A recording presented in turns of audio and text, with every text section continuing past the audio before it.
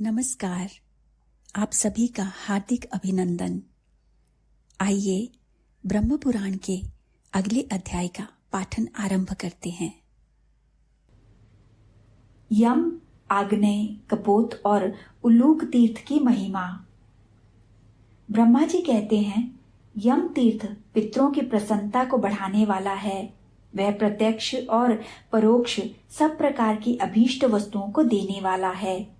संपूर्ण देवता और मुनि उस तीर्थ का सेवन करते हैं।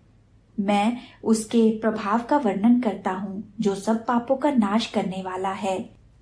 एक बलवान कपोत था, जो अनुलाद के नाम से विख्यात था।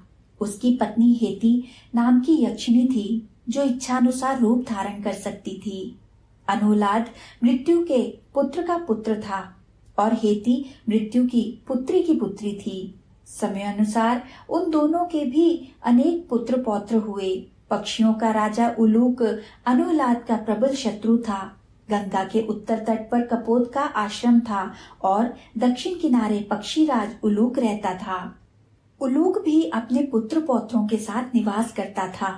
कपोत और उलूक दोनों बहुत समय तक एक दूसरे के विरोधी होकर युद्ध करते रहे।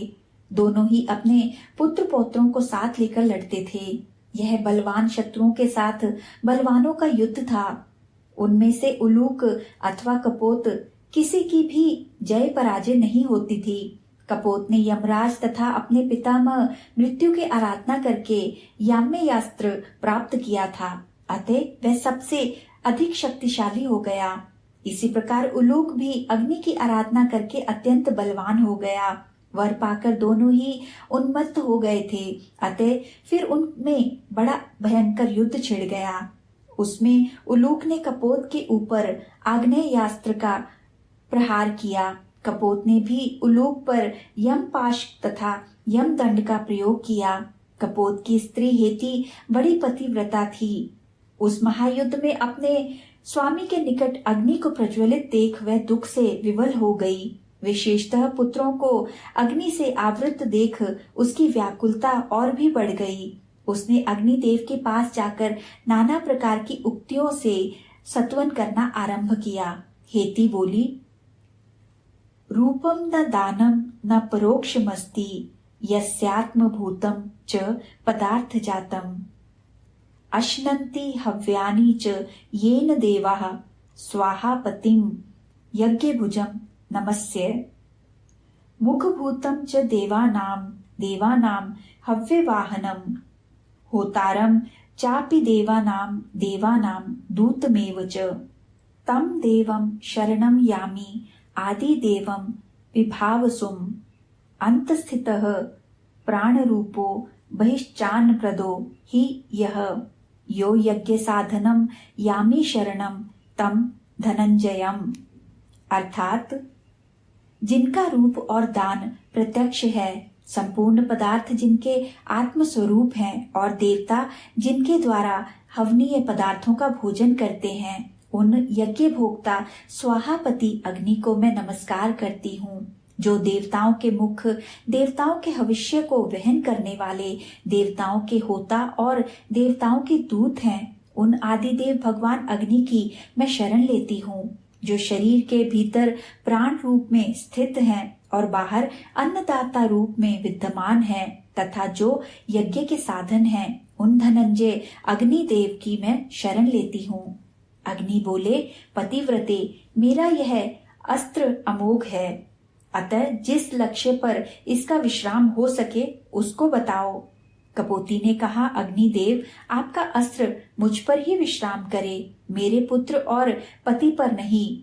मुझे मारकर आप सत्यवादी हो, आपको नमस्कार है। अग्निदेव ने कहा, पतिव्रते, तुम्हारे सुवचन और पति भक्ति से मैं बहुत संतुष्ट हूँ। तुम्हारे स्वामी और पुत्रों का अनिष्ट नहीं होगा, मैं उनकी रक्षा का वचन देता हूँ। यह मेरा आग्नेयास्त्र तुम्हारे पति को, पुत्रों को तथा तुमको भी नहीं जलाएगा, अतः तुम सुखपूर्वक लौट जाओ। इसी बीच में उलूकी ने भी अपने पति को देखा। वे यमपाश में बंधकर यमदंड से ताड़ित हो रहे थे। सती साध्वी उलूकी यह देखकर बहुत दुखी हुई और भय से व्याकुल हो यमराज के पास गई।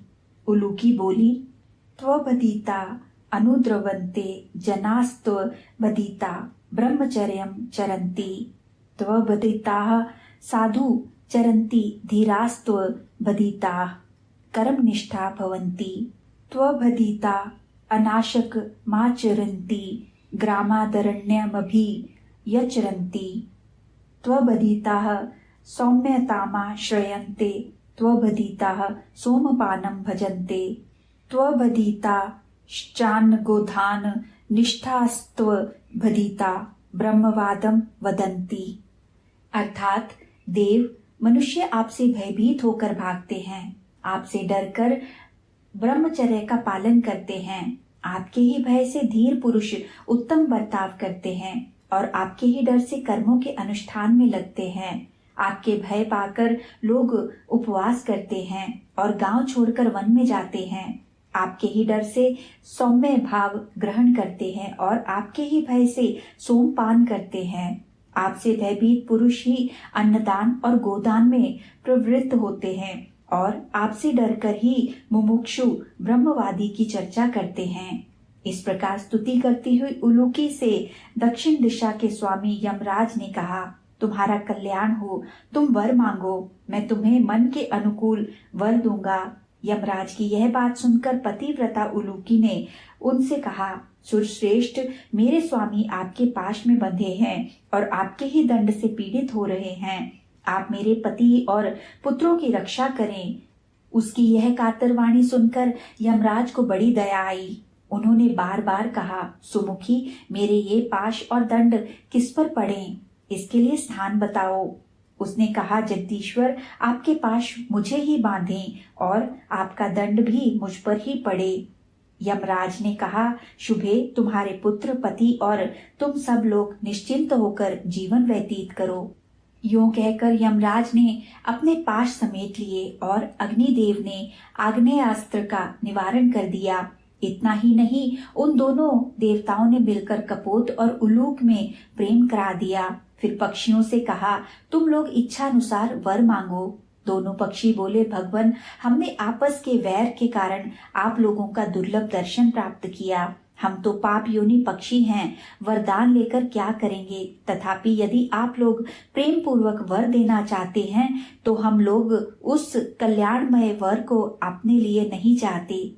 देवेश्वरों, जो अपने लिए याचना करता है वह शोक का पात्र है। जो सदा परोपकार के लिए उद्यत रहता है उसी का जीवन सफल है। अग्नि, जल, सूर्य, पृथ्वी और नाना प्रकार के धान्यों तथा विशेषतः संत महात्माओं का उपयोग सदा दूसरों के भले के लिए ही होता है, क्योंकि ब्रह्मा आदि देवता भी एक दिन मृत्यु को प्राप्त होते हैं। देवेश्वरों, यह जानकर सर्वार्थ सिद्धि के लिए परिश्रम करना व्यर्थ है। विधाता ने प्राणियों के जन्म के साथ ही उनके लिए जो विधान रच दिया है वह कभी बदल नहीं सकता। अतः जीव व्यर्थ ही कलेश उठाते हैं। इसलिए हम जगत के कल्याण के लिए ही कुछ याचना करते हैं। हमारी यह याचना सबके लिए गुणदायक है। आप दोनों इसका अनुमोदन करें। गंगा के दोनों तटों पर जो हमारे आश्रम हैं, वे तीर्थ रूप में परिणत हो जाएं। वहां कोई पापी या पुण्यात्मा जिस किसी तरह जो कुछ भी स्नान, दान, जप, होम और पितरों का पूजन आदि करे वह सब अक्षय पुण्य देने वाला हो। यमराज बोले, जो लोग गौतमी के उत्तर तट पर यम स्तोत्र का पाठ करेंगे उनके वंश में 7 पीढ़ियों तक किसी की अकाल मृत्यु नहीं होगी। वे पुरुष सदा सब प्रकार की संपत्तियों के भागी होंगे। जो जितात्मा पुरुष प्रतिदिन इस स्तोत्र का पाठ करेगा वह 88,000 व्याधियों से कभी पीड़ित ना होगा। इस तीर्थ में 3 मास तक स्नान करने से सती साध्वी स्त्री गर्भवती होगी। वंध्या भी 6 महीने तक स्नान करने से गर्भवती होगी। गर्भिणी स्त्री 1 सप्ताह स्नान करे तो वह वीर पुत्र की जननी होगी और उसका पुत्र भी 100 वर्ष की आयु वाला, धनवान, बुद्धिमान, शूरवीर तथा पुत्र पौत्रों का विस्तार करने वाला होगा। इस तीर्थ में पिंड आदि देने से पितरों की मुक्ति हो जाएगी। कोई भी मनुष्य इसमें स्नान करने से मन, वाणी तथा शरीर जन्य पाप से मुक्त हो जाएगा।